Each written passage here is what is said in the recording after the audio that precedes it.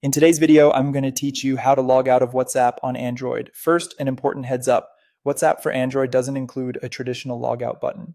If you want to sign out or switch to a different number on the same device, the only effective methods are to clear the app's data or uninstall the app and install it again.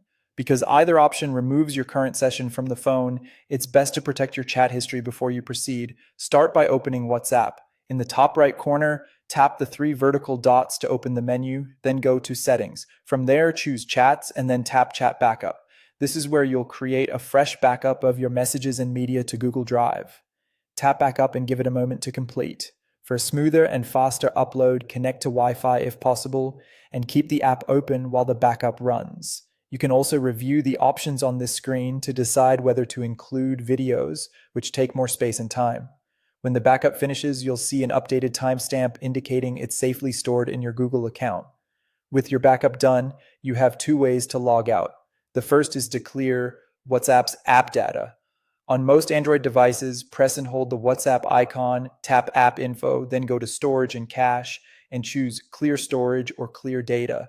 Confirm when prompted. This removes your account data from the device and takes you back to WhatsApp's welcome screen the next time you open the app. Your media files that are already saved to your phone's gallery typically remain, but your in-app chat history on the device is cleared until you restore from your backup.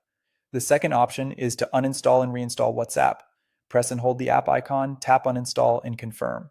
Then head to the Google Play Store, install WhatsApp again, and open it. After you verify your phone number, the app will detect your Google Drive backup and offer to restore it.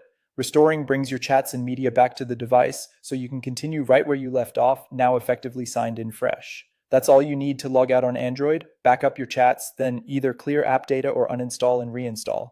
Use whichever method you find more convenient.